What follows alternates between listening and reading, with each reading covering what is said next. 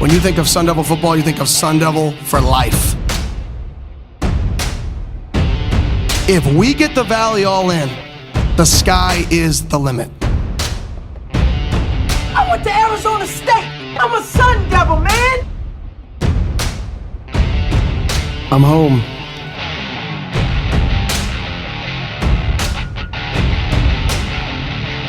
Hello, Sun Devil fans. Brad Denny with 3TV, CBS 5, and the Speak of the Devils podcast here. Welcome back to another episode of the Speak of the Devils Sitdown series, where I bring you in-depth, one-on-one conversations with key players, coaches, and other figures within Sun Devil athletics. Kenny Dillingham's Activate the Valley campaign continues, aiming to restore Arizona State as the place where the state's top talent stays. But that's not solely an aspirational effort, as the Sun Devil roster has several talented players on it right now who decided to stay true to ASU. Javen Jacobs was an explosive playmaker for Saguaro High School in Scottsdale, one of the premier prep programs in the nation. Passing on some Division I offers, he began his college career as a walk-on with ASU with a path open to a scholarship. He saw time on special teams as a true freshman last season and is now on scholarship. This spring, he moved from slot receiver to running back and impressed with his dynamic ability. As a potent hybrid weapon for Dillingham and offensive coordinator Beau Baldwin, Javen could be an X-factor this fall and the falls to come. In this episode, Javen and I discuss what it means to play for his hometown school, how his versatility fits the scheme, the change in program culture, and much more. So let's get to it. Here's my conversation with Javen Jacobs.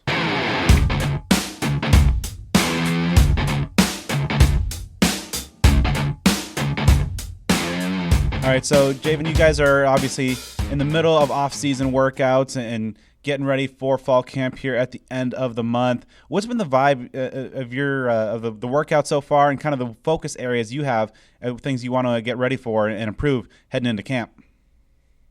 Honestly, I've just been trying to, just work on my, my speed and my strength as usual with Coach Joe, and just make the most of every day, really. So far, it's been going well, the second phase of summer after the July 4th period break, but we just got back started this week, and it's going really good for all of us with team conditioning, practice, and the lift. So it's going good. How has your approach to this offseason kind of evolved, now that you have kind of a year of college football under your belt? It's evolved by me being able to see, the speed and the stage from freshman year.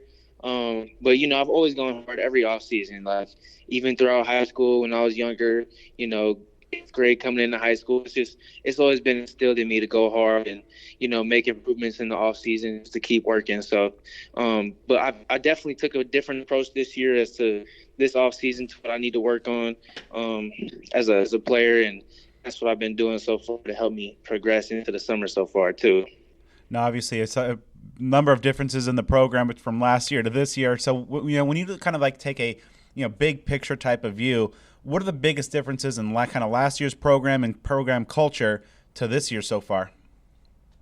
The biggest differences so far is just the staff. Honestly, I mean, Coach Dillingham has brought in all the right people in my eyes, and including himself. He just made so many great changes to the program, the way things move, the overall vibe in the building. Like, it's just so much better, and I just feel like he's done a great job so far with the staff and the players that he's brought in as well. So, everybody's got great character and just overall good people. So I just couldn't be happier to be where I'm at today, What really jumps out about like Kenny's energy level and kind of the program that he's leading, from a media perspective, is covering like the spring practices. It seemed like there's a nice blend of the competitiveness and just kind of having you guys just really getting after it, but also some fun, the main events, the portions of the practice, and just kind of overall vibe. And, you see him tweeting kind of some good-natured trash talk about him being, a good card player or just competitive. Just overall, what's that energy like from a head coach? I mean, honestly, it's just a great vibe, to have a young head coach like him and bring that energy to the building. He brings out so much competition in everybody. And, I think that's just great because it's all about competing and having fun in the process. So, I feel like he does a great job with the team in that way, and just the way he runs practice as well. Like, the overall vibe of it is just night and day compared to last year. So, he's doing everything the right way for sure. And, of course, another familiar name to you that's on that staff as well, and Jason Mons, former SaberCat head coach, a guy with 1 billion state championships on his resume. What is the son of a program getting in Jason Mons? Oh, they're gonna get everything out of him. He always brings his high energy to the offensive staff as well, and I know he's doing a great job with the tight ends too. He's not changed one bit. He just transferred over. But he's still the same. He's still the same. Guy from being a head coach at Saguaro, and he knows what he's doing, and I know he's locked in with his guys and Coach Wade. So definitely, he's a great add-on to the staff as well. So I've been excited ever since he's been here. Just being able to chop it up with him and still see him. So it's been going well. Do you see any similarities between Jason Mons? You saw him as your head coach and a guy who maintained that championship level year after year to your current college head coach and Kenny Dillingham. There's plenty of similarities between Coach Dillingham and Coach Mons. They both have that competitive mindset, and they bring the best out of everybody on the team, honestly. And I've seen so many similarities to like their playful side and then their serious side. Like it's kind of like they're almost the same in that way, but they just love to compete and push each other and push the team as well. So it's a great fit, honestly. And I was just talking to my family about this, like how similar they are to like running the program as well. Like it's almost kind of how he ran Saguaro when I was there. You know what I'm saying? So I would definitely say like they have so many similar attributes and just the way they run the program and then how they coach as well. Now, even though you're a younger guy, just heading into a second year, you're still a returner on a team with a lot of newcomers, a lot of new faces. About half the roster has turned over since last season. What's it been like just, being one of the returning guys and just kind of integrating so many new faces to this roster and locker room? I mean, honestly, I've been just trying to, meet all my new teammates and build relationships. And, it's been a great vibe so far. From what I could tell, everybody, is a great person from, just simple conversation. And then when the new freshmen came in, I just took a few under my wing and just tried to talk to them and ask them how they're doing just to see how their transition is going. Because when I came in, it was helpful for me to, have a few guys do that for me. So, I try to do that for them as well. But, the upperclassmen too, from just seeing the new guys come in from the spring and the summer, like, this is all great people. And I think that, Coach Dillingham is doing a great job of recruiting the character and their play style as well. So, I think that's how I can answer that. When you mentioned, bringing in some of the younger guys, some of the freshmen in under your wing, what are some of the lessons that you're kind of passing on that perhaps you learned a year ago? Some of the lessons I'm passing on is just to, keep going hard and learn as much as you can, from the older guys in your position group, or, just keep going hard every day. I mean, that's what I did. And, the speed will eventually pick up and you'll start to understand the playbook and conceptualize everything more. But I just try to tell them, just try to slow it down for yourself. And, as far as school too, like you want to make sure you balance all that. And then when you come to football, same thing, just slow it down a little bit, learn it, and conceptualize it before you want to, start moving too fast. I feel like that was my biggest thing as a freshman was, fully learning the playbook. But, ever since Coach Dillingham came in, it made it so much more simple. I really like that, but that's just some of the advice I've given them so far. Going back to last year, obviously you got on the field, a lot of special teams work, serving as the return man. Overall, just, even though perhaps the sample size wasn't huge tremendously, getting that experience in year one, what's the value of that in helping propel you for the years ahead? Honestly, the experience I've gotten from year one, I feel like, punt return and kick return, it allowed me to feel it out there, feel the vibe on the field, and, be out there and be able to, just touch the ball a little bit. And I feel like that was a big deal for me as a freshman. I wanted to get some touches on O, but, I was grateful just to be on the field for special teams. And I feel like that, just being on the field and, making, just being out there a little bit, just getting my feet wet was a good first start. But, I have higher expectations for myself. But yeah, as far as my freshman year went, I mean, I thought it was a good first step for sure. Now, obviously, there was a year of challenges for the program and a lot of stuff that was out of the players' control. with the coaching staff turnover, the win-loss record not being where you guys wanted it to be. Overall, what kind of lessons did you take away from that season of adversity? Honestly, the overall lessons I took away was, we gotta play as a team, and I feel like just being brothers and like as a family, I feel like that vibe wasn't really there last year, and I feel like we're starting to build on that this year, and going into the summer phases. But I feel like we're really starting to build on that. But that was my main takeaway. I feel like it was last year it wasn't really a family vibe, and once Coach Aguano came on, that was pushed way harder than from before when he wasn't the head coach. So, I thought it was a good transition when he came on, and then especially going into this year as well. So that was one of my biggest takeaways. And, I feel like, all the great teams win. If you're a team and a family, you're going to win. And I feel like Coach Dillingham has preached that as well. So, I feel like we're moving in the right direction as a team so far. But that was definitely one of my biggest takeaways from last year. Speaking of Coach Aguano, how big was it that Kenny decided to keep him on staff and kind of build upon that Ohana vibe and mindset that he brought to this program? Yeah, I think that was huge, man, because Coach Aguano is just such a genuine person, a genuine coach, and he did the best that he could with what he had last year. So I thought it was huge that he kept him on the staff, and I know a lot of players were happy about that, not just the running backs, but all the teammates that I talked to about it, they were happy that he stayed. So I thought that was a great move by Coach Dillingham, and he's also done a great job of, like I said, building on that family foundation and keeping everybody in the circle and just doing more team bonding and all types of things throughout the spring to help us build as a team and as a family. So yeah, I think it's huge.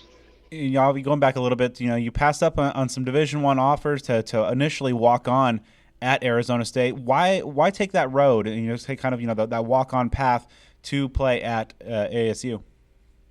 I wouldn't say it was a walk on path because when I committed, they told me what it was, and they said that I would get my scholarship by January 2023. So technically it wasn't a walk on. I just knew mine was turning on later, and that did happen in the end. So I feel like my mindset, it didn't change anything.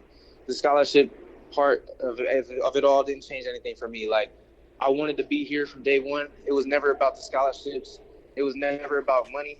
You know what I'm saying? This is where I felt most comfortable, with my decision, with my family, and I haven't looked back since. You know what I mean? So I'm super happy with, taking my time a year ago before I came here. So, it's been great so far, and with Coach Dillingham's changes and ever since he came in with the staff. So, I'm just looking to build on it and have a great season with my guys this year.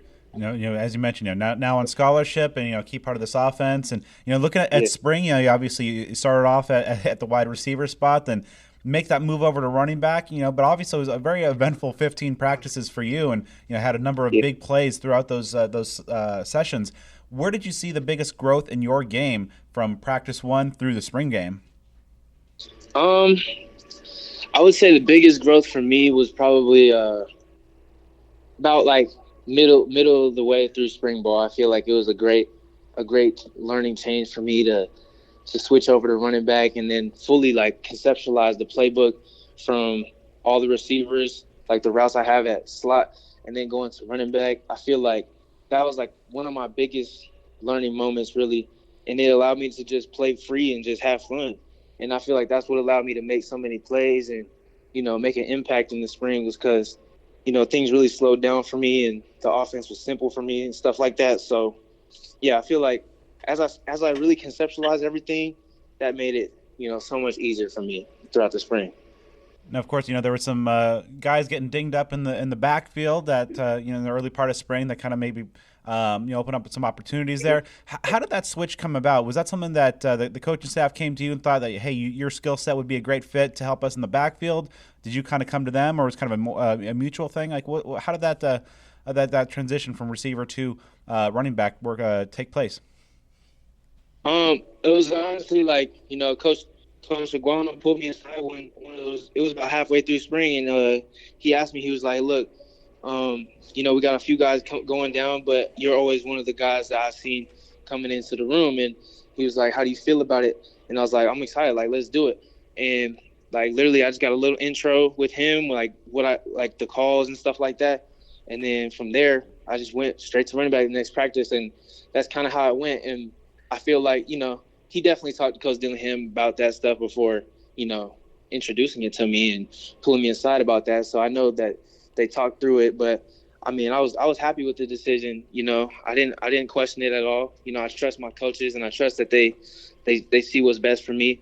So I was excited to do it. Honestly, right from jump.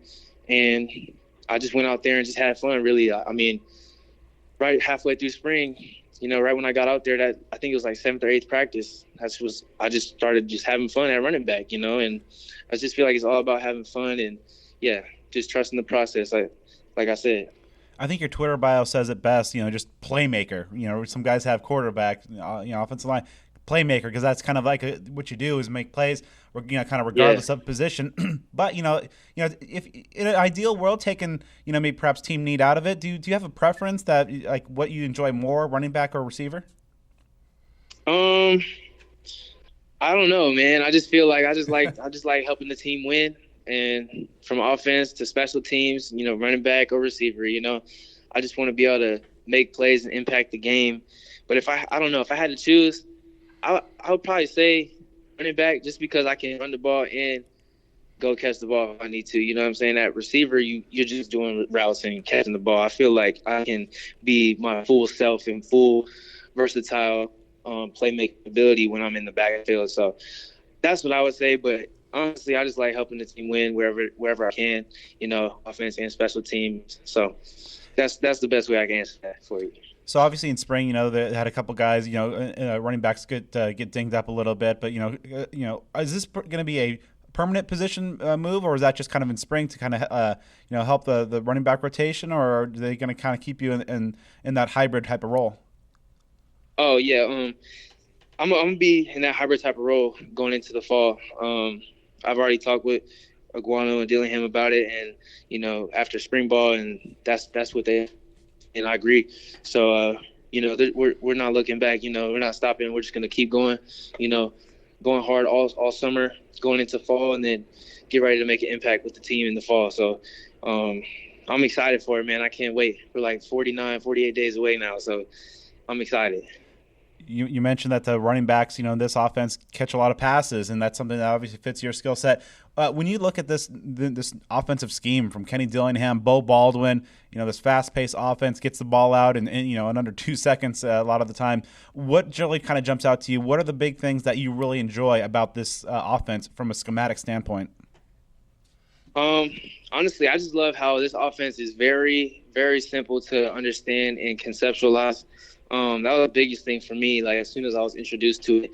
And I love how, all the receivers are interchangeable, basically. Like, we could all be basically tagged to alignments and different things, but we just need to know everybody's route. And with this offense, it's very simple to understand that. And like you said, as a running back, we run routes as well. So we sometimes line up out there, or we'll line up in the slot, and just different schematic changes. And I feel like that just fits my skill set, and that's why I love it so much. It reminds me so much of how I was used in high school with Coach Mons, and it's just overall a perfect fit. So I'm excited, man. I can't wait to just go make plays for this team. What's being in that hybrid role? Does that kind of like double up the prep work for you, where you might have to go sit in the receivers and the running backs meetings? Like, what's that like from behind the scenes standpoint and getting ready for game day?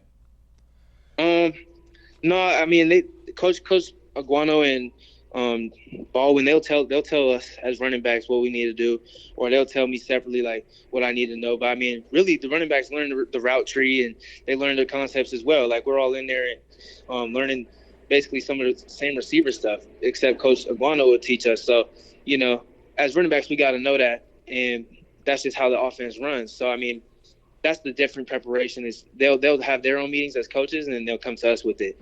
But as far as like training and stuff, I've always done both and trained for both ever since high school. So that's nothing new for me. But as far as like learning, with the running backs, and Coach Agano teaches us that stuff too. As a local guy, what's it been like just seeing the renewed focus on the state of Arizona, the Valley, that Kenny Dillingham is putting forth?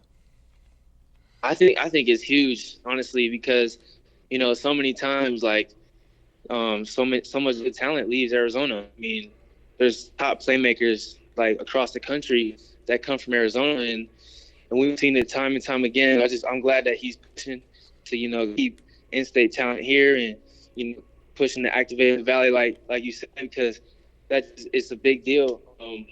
And this program could have so much success and could have so much talent over these past years in these big schools, and it's not necessary. We just stay ball out here. So I'm glad that he's pushing for that, and I think it's a great thing to do. Honestly, we have so much talent here. So yeah, that's how I answer that.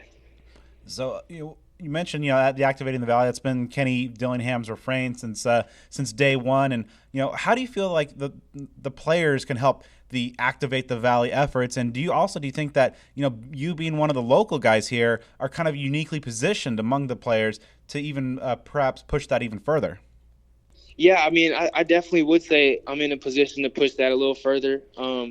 Just to lead by example as a guy from out here, and I'm going into my second year now, so I feel like I can be a leader in that way by example, and a little vocally too. But I feel like there's nothing wrong with being here. I mean, I made the unpopular decision a year ago before Coach Dillingham even came. So I feel like people can really look at that and look at after the success we have this year.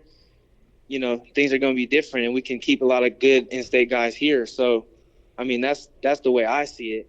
But yeah, I feel like I can make an impact in that way and be a great example. Yep. What are the best parts of being able to play your college ball at home? I mean, the best part really is I'm so close to my family. I've been here my whole life, and I'm born and raised. So, it's a great thing. My whole family's here, my immediate family, and then most of my family lives in Arizona as well. So, they can make all 8 of these home games if they want to. So I feel like that's a great aspect to have. And then, I just feel most comfortable here. Like, I don't feel like away from my family or on my own. Like, I'm just so comfortable with where I'm at, and yeah, I mean, it's a great thing for me to have, for sure. Now, of course, you're donning the number 8. Will Schaefer is now number 8. You look back a little bit. DJ Foster's the number 8. Is the number 8 a SaberCat thing? I mean, yeah, I would say, yeah. DJ definitely started that off, for sure. Yep.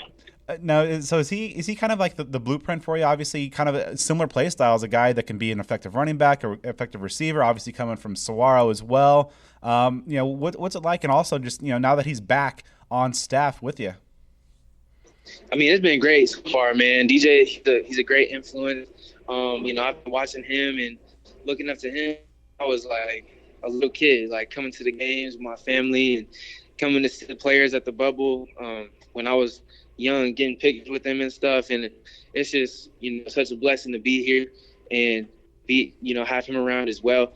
And yeah, I'm just so grateful that, he's here as a resource for me and my teammates. Really, like he's here to talk to us and mentor us, give us advice, lead us in the right direction. So, I couldn't be more grateful for him. And yeah, I've always looked up to DJ.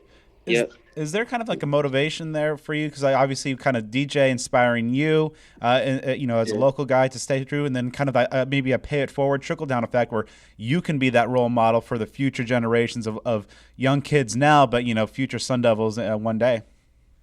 Yeah, for sure. I feel like, not that it's pressure or anything, but I feel like look up to me, and I have to live up to it.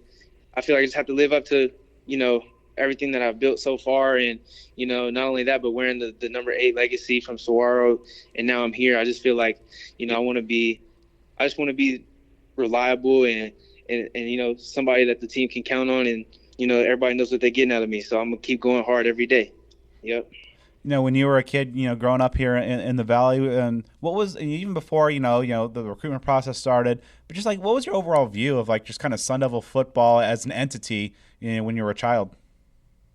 I mean, when I was a kid, I always came to the games, and I just feel like Sun Devil football is always, is always my dream school from day one. Like, I didn't want to go anywhere else. I really didn't want to explore any other colleges and stuff like that. I just feel like I've been a diehard Devil my whole life. So, it's a blessing to be here. And, I'm just so grateful that I'm in the position I'm in today. And, through God and praying and taking my time, it just shows that I'm right where I need to be. And, I couldn't be more grateful for that. So I just want to go make the most of all my opportunities and help this team win. Yep. You mentioned just kind of, a dream school from when you were a kid, and now you get to be a guy that's in that maroon and gold running through Tillman Tuttle. What does that mean to you? Just kind of be able to, continue and achieve that milestone of your and goal of your life. I mean, it's just a blessing. Like I said, like I'm just so grateful to be here, and I just try to make the most of every day, and just keep going about the things that I do, the way that I do. I'm just trying to make the most of it because there's a lot of people that wish they could be in my position, and I realize that, and I know that I'll only be in this position one time in my life. So I just want to make the most of it, and obviously my end goal is to make it to the NFL and ball out at that level as well. But I just want to take care of business here and just have fun in the process. And yeah, it's just a blessing, man, for real. Now, being a local guy and a guy who grew up rooting for ASU, you have a very keen understanding of the rivalry with Arizona. How much of a chip on the shoulder collectively, for you guys this year, is it to see that the Wildcats temporarily have possession of the Cup? And it was a really bad, taste in our mouths last year. Just talking with some of the guys too, like it's a big deal, and we gotta take it back this year in our house. So, I'm excited for that too, and I know that's the last game of the season. We'll be ready. We'll be ready for them, and I can't wait for that game, man. It's a bitter taste in our mouth from last year, but we're looking forward to handling business this year, for sure.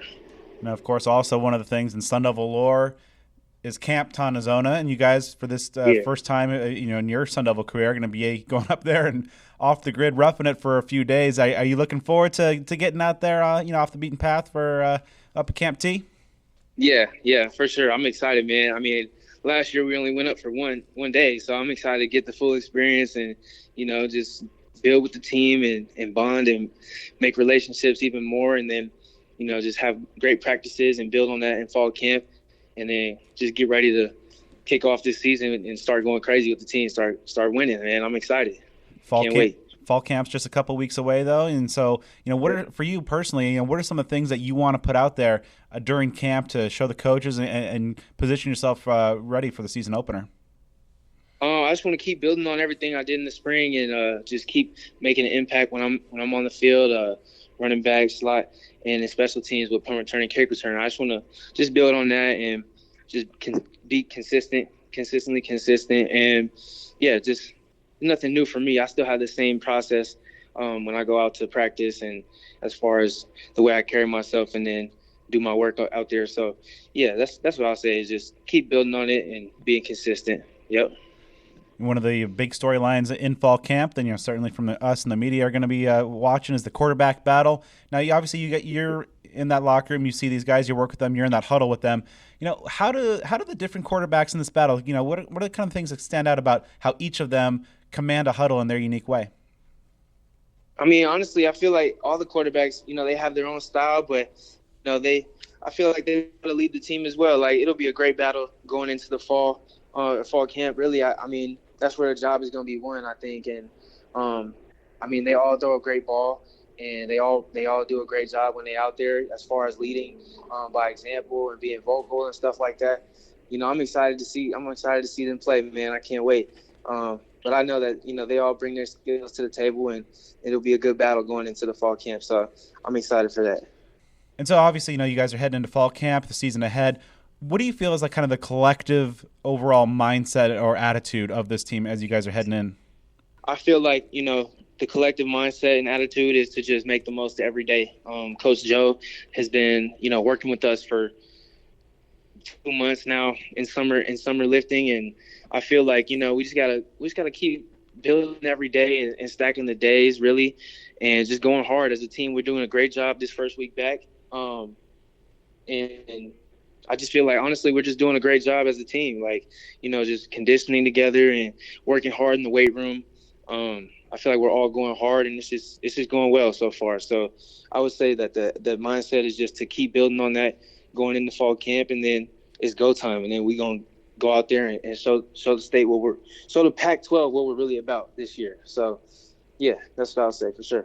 When the season opens up and you guys are getting out there and able to make that statement to the state, to the conference, to the college football nation at large, when all's said and done, when the curtain drops on 2023, what are the things that you personally want to have achieved and kind of goals you've set for yourself? I would just say, man, just to show, just showcase what I could do and, just help the team win. I mean, my overall goal is to just make plays and be reliable. I want, my teammates to know they can count on me, and I want my coaches to know that they can count on me. I constantly just push myself in the weight room and try to lead by example. But, once it's game time, I just want to just show what I could do and, just keep improving on what I do in practice. And, yeah, I would say that's my goal, is to just make a name for myself and also, show the Pac-12 that this team, we're for real this year. And, this isn't no 3-8 or whatever they projecting us to be. Like, it's going to be much different this year. And, yeah, that's my goals for the season, is to just win, man, and just win a Pac-12 championship and, go to a Rose Bowl. Like, those are my goals while I'm here. And I just want to win with Coach Dillingham. That's my overall goal. That's all I can really say, really. I'd like to thank Javen for taking the time to talk with me for this episode. I'd also like to thank Jeremy Hawks of ASU Media Relations. Make sure you are subscribed to Speak of the Devils on the podcast platform of your choice for more episodes featuring guests such as Brian Ward, Ray Anderson, Jordan Clark, Joey Ramos, Brian Carrington, Rashad Samples, DJ Foster, Jalen Conyers, Trenton Bourget, and many more. And also be sure to follow me on Twitter and Instagram at bdenny29.